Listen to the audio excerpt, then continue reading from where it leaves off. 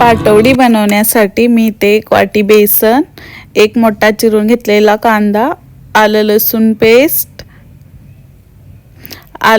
Paste, हळद व लाल तिखट, कांदा लसूण मसाला आपण जो रेग्युलर यूज करतो तो, धने पावडर, चवीनुसार मीठ व किसून घेतलेलं खोबरं व कोथिंबीर घेतलेलं आहे।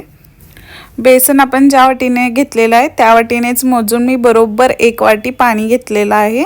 म्हणजे जेवढं बेसन घेतलेलं आहे तेवढंच पाणी घ्यायचं, म्हणजे पीठ घट्ट व पातळ होणार नाही, बरोबर क्वांटिटी होईल पिठाची व पाण्याची। त्यामुळे मी बरोबर त्या वाटीने 1 वाटी मोजून पाणी घेतलेलं आहे। वडे बनवण्यासाठी मी इथे कढई गरम करून घेतलेला आहे। आता मी त्यामध्ये 1.5 टेबलस्पून म्हणजे त्या मापाने मी 1.5 माप तेल टाकून घेणार आहे, 1.5 टेबलस्पून। व तेल गरम झाले की त्यामध्ये आपण जिरे टाकायचं। जिरे छान फुलले की आता त्यामध्ये मी आपण चिरून घेतलेला कांदा टाकणार आहे। कांदा छान असं मऊसर लाल होईपर्यंत भाजून घ्यायचं, जास्ती लालही नाही करायचं। छान असा हे झालं ना, मग तळलं ना, मग कांदा मध्ये आलं लसूण पेस्ट टाकून घ्यायचं।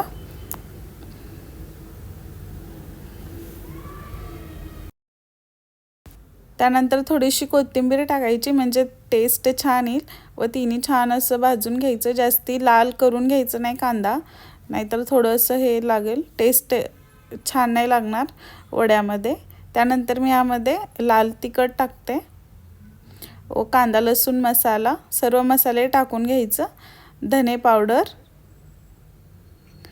त्यानंतर मी यामध्ये पाणी टाकून घेते, जे आपण मोजून घेतलेलं ते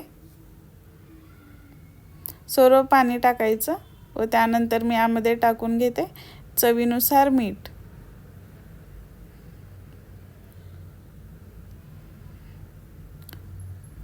सर्व मिक्स करून घ्यायचं व याला एक छान अशी उकळी येऊन द्यायची, दणदणीत।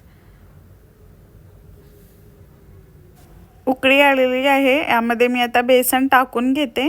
बेसन थोडंसं करून टाकायचं, म्हणजे ते बेसनाचे झालेले गोळ्या किंवा गुठळ्या आपल्याला छान फेटून घेता येईल, फोडून घेता येईल, म्हणून थोडंसं बेसन टाकायचं। फेटता छान येईल आपल्याला व्यवस्थित व थोडंसं लवकर फेटून घ्यायचं, म्हणजे गुठळ्या होणार नाहीत।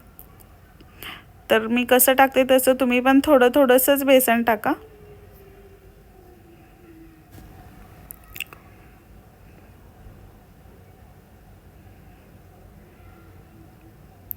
छान एकसंध मिक्स करून घ्यायचं सर्व व छान असं शिजल ही ते, छान असं त्याला वाफ लागलं की शिजेल।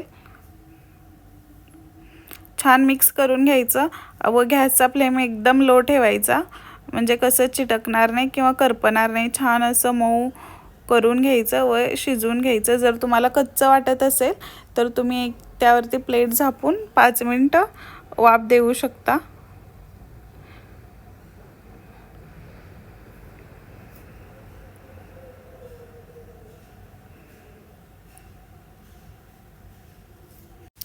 छान शिजलेलं आहे आपलं वड्याचं पीठ। आता मी हे एका प्लेटमध्ये काढून घेते। तर या पद्धतीने माझं बेसन छान असं शिजलेलं आहे, वड्याचं पीठ। आता आपण एका प्लेटमध्ये काढून घेऊत।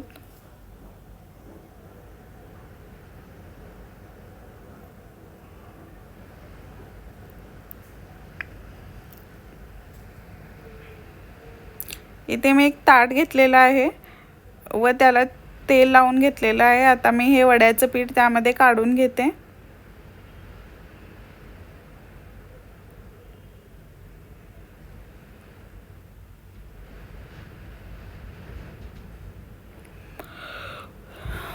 आता वड्याचं पीठ काढून घेतलं की आता गरम असेपर्यंत छान असं पसरून घ्यायचं सगळीकडे। जाड पातळ करायचं नाही, एकच मीडियम साईजमध्ये छान पसरून घ्यायचं चमच्याने सर्व। जर तुम्हाला जास्ती पोळत नसेल तर तुम्ही हातानेही करू शकता, हाताने थोडंसं करत छान। तर मी छान असं पसरून घेतलेलं आहे। आता वड्या पाडण्याआधी मी यावरती कोथिंबीर व खोबऱ्याचं खीस टाकणार आहे, जे आपण घेतलेलं त्यामध्ये. तर खोबऱ्याचं खीस व कोथिंबीर छान असं पसरून घ्यायचं त्यावरती. छान पसरून झाल्यानंतर वड्या पाडून घ्यायचं. वड्या हे आपले त्रिकोणीच असतात, तुम्ही कसं पण पाडू शकता, तुम्हाला आवडतील तसं. मी तर वड्या पाडून घेते.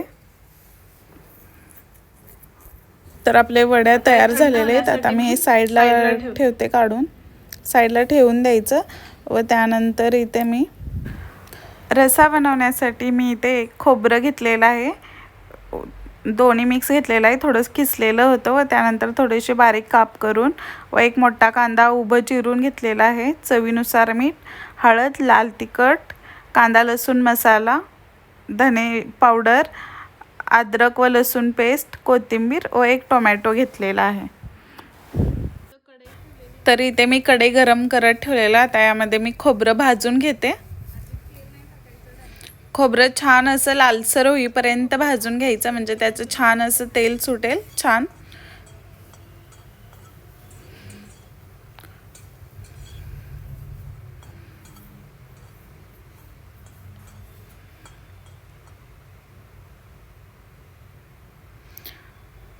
खोबरं आपलं भाजून झालेलं आहे.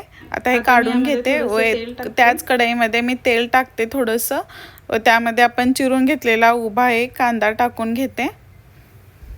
कांदा पण लालसर भाजून घ्यायचं, छान असं कलर आलं पाहिजे कांद्याला. कांदा भाजून झालेला आहे. आता यामध्ये मी टोमॅटो टाकते. टोमॅटो पण थोडंसं भाजून घ्यायचं मऊ होईपर्यंत. टोमॅटो पण भाजून झालेला आहे. आता मी हे काढून घेते व एका मिक्सर जारमधून एकदम बारीक असं पेस्ट करून घ्यायचं, वाटून घ्यायचं. मी ते वाटून रसा बनवण्यासाठी मी इथं वाटण व बाकीचे सर्व मसाले घेतलेले जे तुम्हाला मी आधी मेन्शन केलेलं आहे किंवा सांगितलेलं आहे.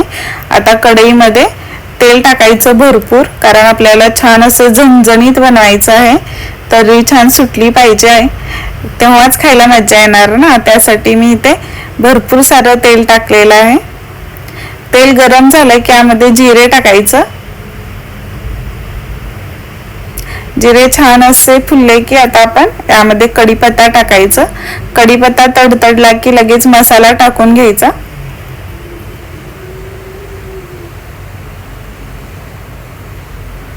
व मसाला छान असं तेलामध्ये मिक्स करून घ्यायचं व छान असं भाजून घ्यायचं मसाला. त्याला अजून थोडंसं तेल सुटलं पाहिजे भरपूर असं.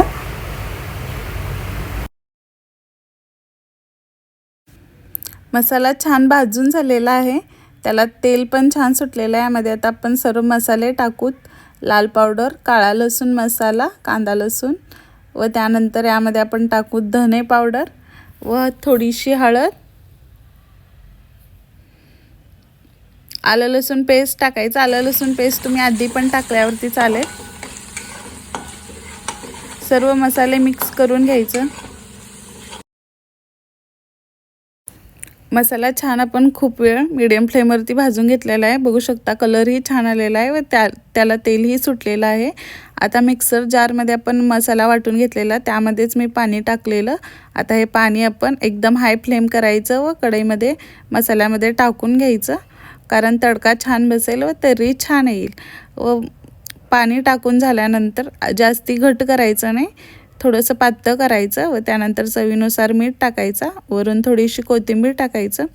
बघू शकता तुम्ही तर्री किती छान आलेला आहे, कलर किती छान आलेला आहे आपल्या तर्रीला. आता याला मस्त असा दणदणीत एक उकळी आणू द्यायची व 5 ते 10 मिनिट मीडियम फ्लेमवरती शिजून घ्यायचं, म्हणजे छान अशी तर्री येईल, छान कलर येईल व चवही येईल आपल्या तर्रीला.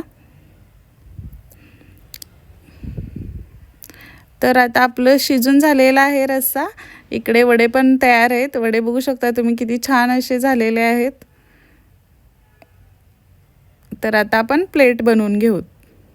तर प्लेट बनवताना वडे आपण साईडला ठेवायचे, रस्स्यामध्ये टाकून घ्यायचं नाही. तर या पद्धतीने आपण प्लेट सर्व करू शकतो. ज्यांना माहिती नाही त्यांच्यासाठी आहे ही. मस्त या पद्धतीने आपण जेवून घ्यायचं. वडे त्यामध्ये आपण मिक्सही करू शकतो. तर तयार आहे आपली मस्त झणझणीत अशी पाटवडी विदर्भ स्टाईल। एकदा तुम्ही नक्कीच ट्राय करा। व्हिडिओ आवडल्यास लाईक शेअर व सबस्क्राईब करा।